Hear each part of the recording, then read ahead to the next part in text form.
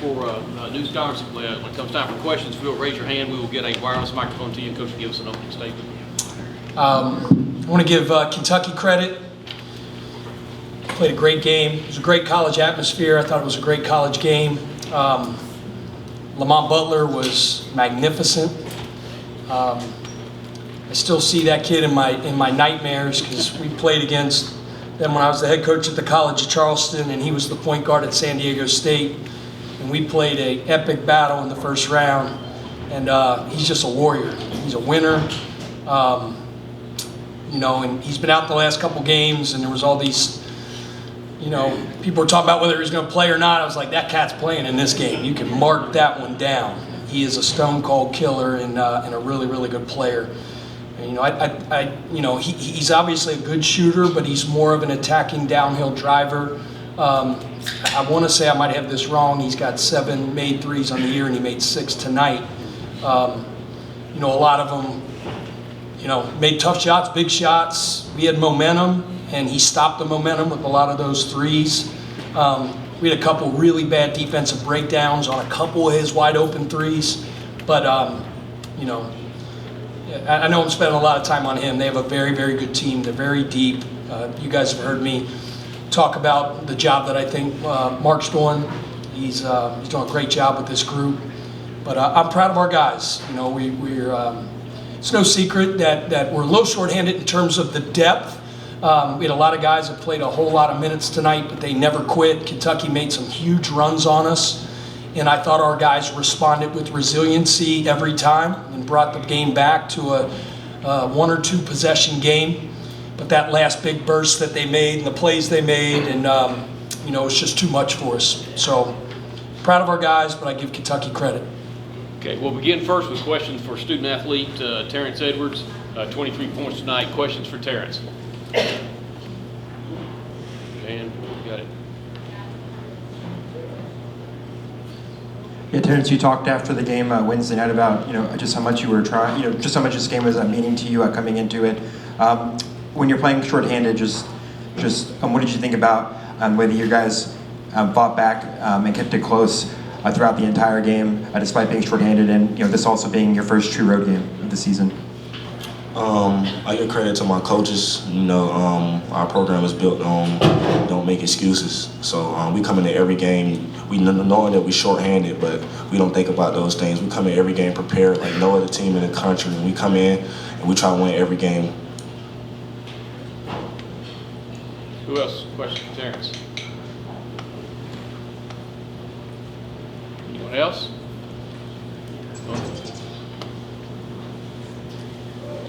What was the message there with Kentucky starting so hot out of the gate? I think they made 7 shots in a row. What was the message in the huddle and just in terms of trying to keep the team together during those runs? Just got to keep going. It's a high-level game. Kentucky is a good team, so we already know they was going to come in and make shots. So them making 7 in a row, we just went to the huddle, and we just got to keep going, keep fighting. War by war. So you can't think about teams that's really good that hit shots. You just have to keep moving forward and think about what's next. Terrence, what was your mentality? I think you picked up your 4th foul pretty early or midway through the second half. You were still able to kind of be aggressive. What was your mentality when you were playing there with 4 fouls in a game like this? I just want to shout out my teammates. They kept me in there. I got a little frustrated, picking up that 4th foul kind of early. So I got to give a shout out to my teammates for sure. They kept me in there, and I know the team really needed me. So I just came in and tried to play a big role, try to bring us back to win. But of course we came up short. But I just want to give a shout out to my teammates, man. We just give confidence to each other, knowing our circumstances and stuff with the team, with guys going down. So we just stay positive. We know this thing finna click. It's finna click real soon. So we just stay positive and keep going. Terrence, speaking of things clicking from beyond the 3-point line for you guys tonight, you guys shot 36% as a team. Yourself, you made 5 tries from deep. Anything different about the 3-point shooting tonight in terms of the quality of the looks for yourself and your teammates, or was it just a case of shots finally going in? Just playing, guys on our team, man, we work every day through the week, off days, shoot after practice, shoot before practice. Everybody in that locker room right now that's wearing red, really, really works. And whether shots are going in or not, we going right back to the gym tomorrow and we're working. Like it'd be 2-3 guys on one gun on one end, and the other end might be 4 guys down there. Like we're filling up the gym every day and we getting up our shots. It's just a matter of time when this thing really get going and those shots go in, and it's gonna be hard to beat us. Okay, last one from Terrence back here. Terrence, right here in the back. Just that rivalry game in general, how would you describe the intensity of the atmosphere and just the back and forth of it all, first time experiencing it? I thought it was great. I wish I could do it again. I'm not gonna lie, like that's the most like greatest atmosphere I ever played in. As far as like coming into a game, I was just extra excited, and our team was too. You know, wearing this Louisville across our chest, we don't take it for granted, and we knew this game was huge, and we came in, tried to answer to a couple runs, came up short, but yeah. It's like no other. Guys at the hotel, when you come out and you see the L's down and stuff like that, that really makes you want to win the game. But yeah, it was a great atmosphere. Terrence, thank you very much. Appreciate you getting on. Yes, sir. Thank you. Okay, now questions for Coach?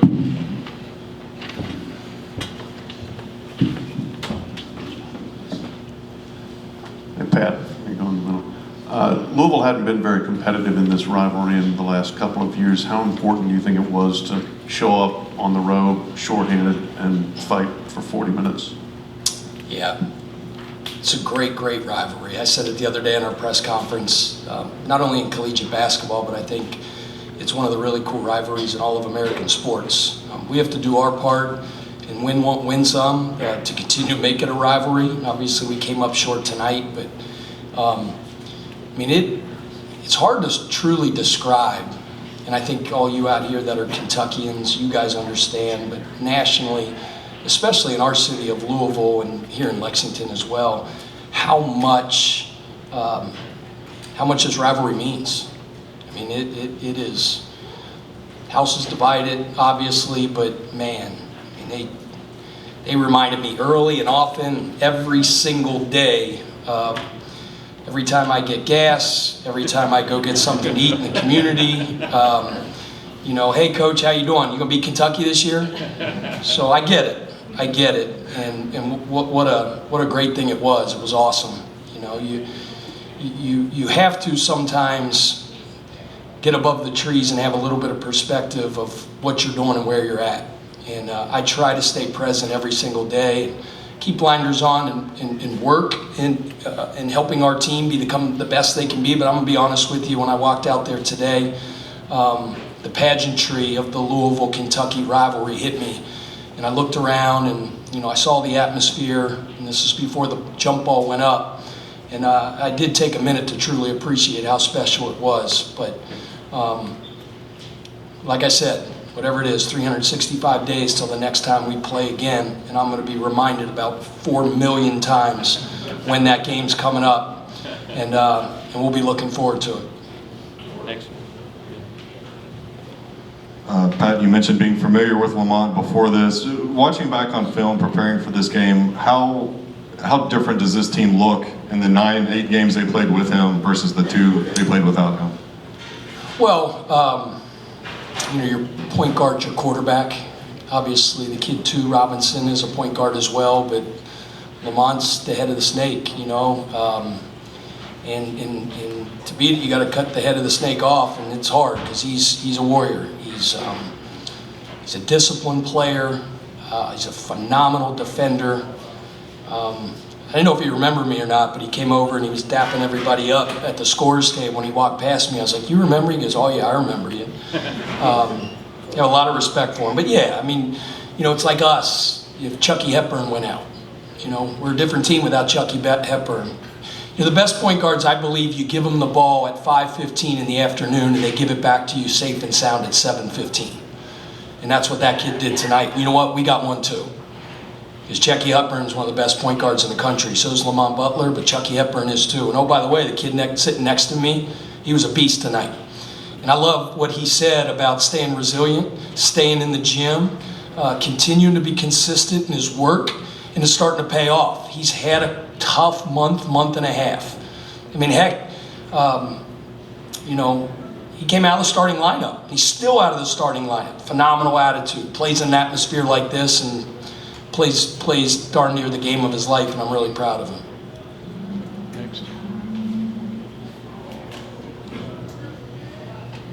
Pat, you guys have been and will be shorthanded for the rest of the season. You guys have made no excuses. For this team to show grit at home like they did maybe last weekend against Duke is one thing. To do it on the road in this environment is another thing. Did you learn anything more about this group? No, I was pretty clear, the makeup and the fabric of our guys. You know, they say that the game doesn't build character, but it reveals it, and our guys continue to show character by fighting through some of this adversity. And, you know, we'll have Kadir back soon.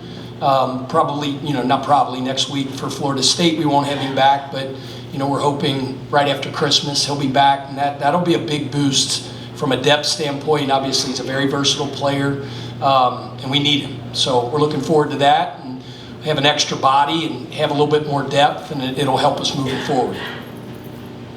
Pat, you referenced Terrence coming off the bench now. The last 3 games, he's put together some really good scoring nights for you guys. Has anything about that move maybe just reinvigorated him on the offensive end? I don't know. You'd have to ask him. People ask me, like, you know, Dan Schulman asked me, well, why did he come out of the lineup? I'm like, I don't know. I'm just trying to figure out buttons to push. And, hey, I make a bunch of dumb decisions, but he's played pretty well the last 2 games coming off the bench. Now, like every player, players are competitors. You know, and Terrence is a team guy, and he's about the team first and foremost. But that cat wants to start now. He wants to start. He's a decorated player. He's a winning player, championship player over the years at James Madison. And, you know, we'll see how it is moving forward. But, you know, Noah Waterman's a guy that has had some struggles lately. Made 3 big threes for us tonight, playing against his former coach. He had 12 stinking rebounds, 6 offensive. You know, you talk about how many minutes our guys have to play and the standard of their hustle and their grit and the tenacity. I'm proud of them. I'm proud of Noah. 12 rebounds in a big game like this, made 3 big threes. That was big for him. Next. Hey, Pat, as you noted in your opening statement coming in this game, Lamont had only made 7 threes this year, so he made 7 in this one game. Is that something where you tell your team, you just, hey, we don't want to give up open shots to other guys, we'll just live with that? Well, I mean, obviously, we had him, we have these dots, if you will, in recruiting, and we had him obviously red first, as driver, attacker first, and he's a freight train and a bowling ball getting downhill and putting foul pressure and getting to the rim. You know, we obviously knew that he was a good, open, feet-set three-point shooter. But obviously we didn't adjust fast enough because, man, when he got looks today, ball got in the air, it was like touched by God, that thing was going in. I mean, on like his 6'1", somebody, Chucky, fell down, or, you know, he was mad at himself because he kind of gambled in the huddle, or gambled off the ball, and the ball lands in Lamont's hands, and he goes, and I just turned around, and I just stared at my staff, and I just looked, I go, no way the 6'1's going in. Bang, the crowd goes nuts, and I was like, oh my gosh. So give him credit, tipped the cap, made big shots tonight, and he was the difference in the game. Yeah, Pat, back here, you spoke on those lapses defensively that kind of, you know, keyed their big runs.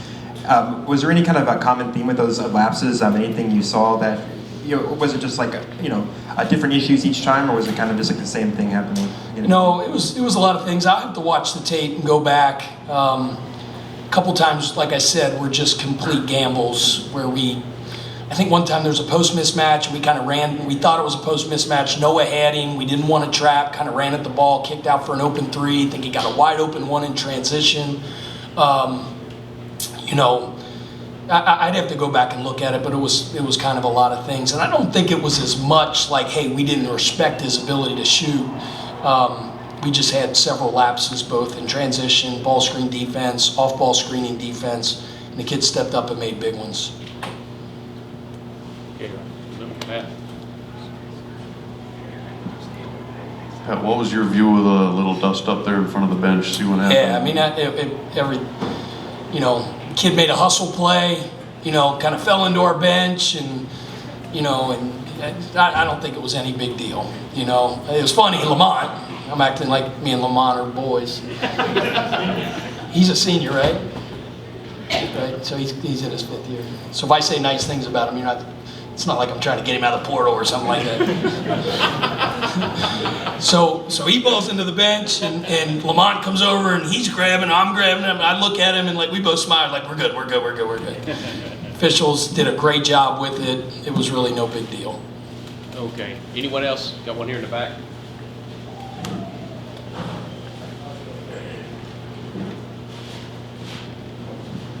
Yeah, Pat, you've praised Chucky plenty of times, but I think he's played 35 minutes in 6 straight games. Just what does that say about his durability and stamina to not only play that long, but pick up more of a scoring load as well? Yeah, he's playing a lot of minutes. Like, we need Chucky right now to be our point guard for 38 minutes, to take tickets, to make hot dogs, to sell tickets, sweep the floor after the game. He's doing a lot.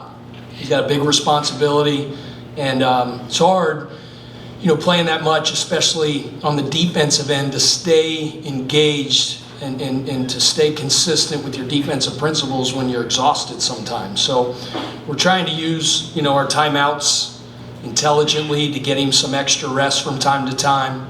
But as I said once before, from a point guard standpoint, if we were a pitching staff, it would be Chucky Hepburn and pray for rain. But he's doing a great job handling all that responsibility. He's an absolute warrior. He's a phenomenal point guard, one of the best I've ever coached. Good coaches. Thank you very much. All right, thanks. Yep.